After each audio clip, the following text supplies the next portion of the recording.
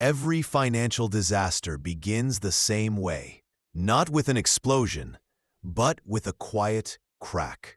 A crack so small, most people never see it.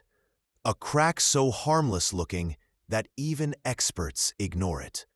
But behind that crack is pressure.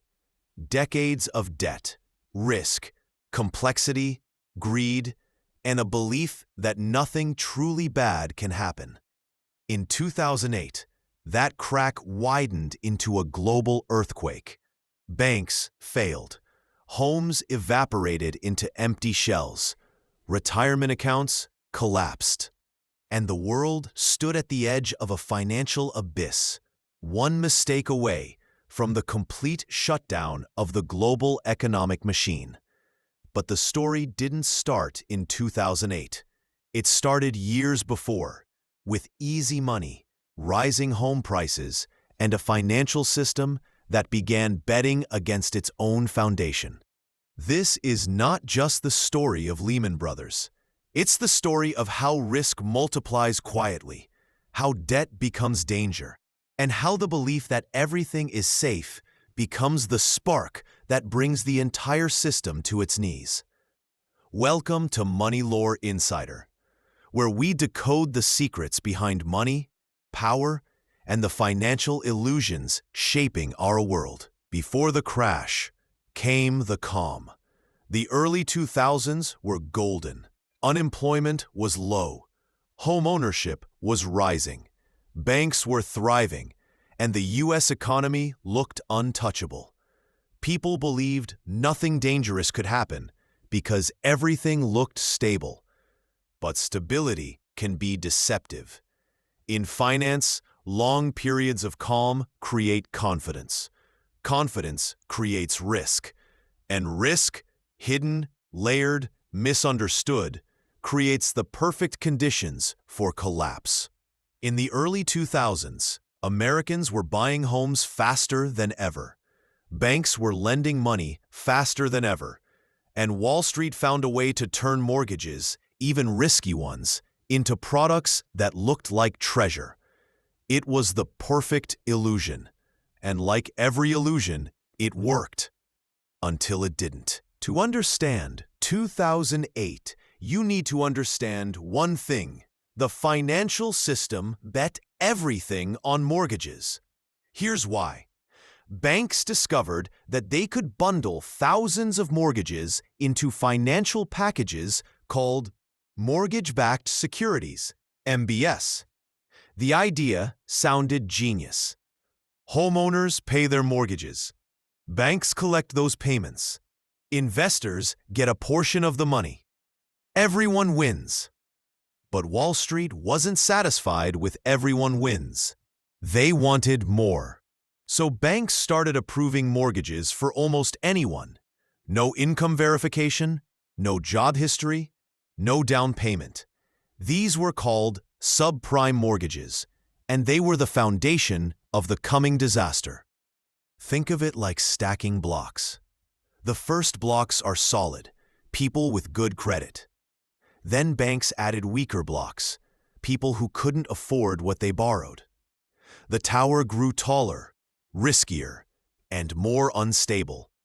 And the entire world believed the tower could never fall, because home prices always go up. Until one day, they didn't. If mortgage-backed securities were risky, why did the world think they were safe? Because Wall Street created a financial machine that disguised risk as safety. Enter the collateralized debt obligation, or CDO. A CDO takes mortgage bonds, good ones, bad ones, everything, blends them together, and slices them into layers called tranches. Here's the trick. The top slice was labeled AAA, super safe. The middle slices were medium risk. The bottom slice was risky junk. But here's the truth. Wall Street didn't say aloud, if the bottom fails, the middle fails. And if the middle fails, the top fails. The structure only works if housing prices never fall. But housing prices don't rise forever. And the bankers knew this. Some even bet against the system they built. The CDO machine didn't create wealth. It created fragile complexity. And complexity always cracks before people see it. Here is the part most people don't understand, but it explains everything. Banks didn't just buy risky assets. They borrowed money to buy them. This is called leverage. If a bank had $10 billion, it might borrow $300 billion to buy mortgage bonds and CDOs. Why? Because leverage multiplies profits, but it also multiplies losses. Imagine this. You buy a $1,000 investment using $10 of your own money and $990 borrowed. If the investment rises 10%, you triple your money. If it falls 10%, you lose everything. Wall Street turned the global financial system into a giant leveraged casino built on the belief that nothing could go wrong. But when the smallest losses began, the leverage flipped from power to poison. Losses multiplied faster than banks could hide them, and the system began cracking from the inside out. Every bubble has a final moment, the moment where people stop believing. For housing, that moment came when millions of homeowners who took risky mortgages realized they couldn't pay them. The teaser rates, those artificially low starting payments, reset higher. Monthly payments surged, and suddenly, millions of families were drowning. Foreclosures rose, neighborhoods emptied, and the belief that home prices always rise collapsed overnight. Once home prices stopped rising, the entire financial structure built on them started to fall apart. Mortgage bonds lost value, CDOs lost value, and the banks holding those assets began bleeding money quietly. But the system didn't collapse yet. It waited, because the worst part wasn't the falling house prices. It was the loss of trust that spread through Wall Street like a virus. For over a century, Lehman Brothers was a titan, a symbol of American finance. It survived wars, depressions, market crashes, everything. But in the mid-2000s, Lehman made one fatal mistake. It bet its life on real estate. In 2006, at the peak of the bubble, Lehman was one of the largest buyers of subprime mortgages, mortgage-backed securities, CDOs, commercial real estate debt. And like many Wall Street giants, Lehman used massive leverage to multiply its bets. For every $1 of its own money, it borrowed 30 to 40 more. It was like standing on a tiny wooden beam holding a mountain of debt. When the housing market cracked, the mountain shifted, and Lehman's balance sheet started bleeding faster than it could hide. Rating agencies threatened downgrades. Investors fled. Borrowing costs rose. And Lehman's financial foundation, already fragile, began to crumble. But the worst part wasn't the numbers. It was the loss of confidence. Once Wall Street stopped trusting Lehman, the end became inevitable. September 15, 2008, the day the global financial system came closer to death than at any point since 1929. Lehman Brothers filed for bankruptcy. In one morning, $600 billion in assets froze. Banks refused to lend to each other. Credit lines shut down. Businesses couldn't borrow. Investors panicked. The stock market plunged. This wasn't just a bank failing. This was the circulatory system of global finance stopping for the first time in modern history. Lehman's collapse triggered. Margin calls forced liquidations. Global stock market sell-offs. Money market funds breaking the buck. Foreign banks collapsing overnight. Every financial institution that touched Lehman, and that was almost all of them, felt the shock. The system was interconnected in ways ordinary people never saw. You couldn't remove Lehman without ripping through the entire network. The question became terrifyingly simple. Here's something most people don't know. In 2008, the biggest danger wasn't Lehman. It was AIG. AIG wasn't a bank. It was an insurance giant. But Wall Street convinced AIG to sell a new product, credit default swaps, CDS. What is a CDS? Think of it as insurance on financial assets. If mortgages fail, AIG pays. If CDOs fail, AIG pays. If banks fail, AIG pays. The problem? AIG sold trillions in insurance without having the money to pay. If even 1% of the system collapsed. When mortgage bonds fell just a little, AIG suddenly owed billions. And because the entire world relied on AIG to insure their bets, AIG's failure would have caused a financial chain reaction bigger than Lehman. That's why the US government did not let AIG fall. AIG wasn't a company anymore. It was a financial nuclear reactor connected to the entire global economy. Lehman didn't just collapse in New York. It collapsed in Tokyo, in London, in Frankfurt, in Dubai, in Hong Kong, everywhere instantly. Why? Because the financial world is a web, and every thread connects to another. Foreign banks held American mortgage bonds. American funds held European debt. Asian banks relied on US dollar financing. Global companies depended on American credit lines. When Lehman vanished, these connections snapped like wires under pressure. Suddenly, European banks announced emergency losses. Iceland's banking system collapsed. British banks begged for liquidity. Asian markets froze. Global trade slowed so quickly that ships stopped moving. This was the first time people realized the global economy wasn't a collection of countries. It was a single machine, and one broken gear jammed the entire system. This was no longer a mortgage crisis.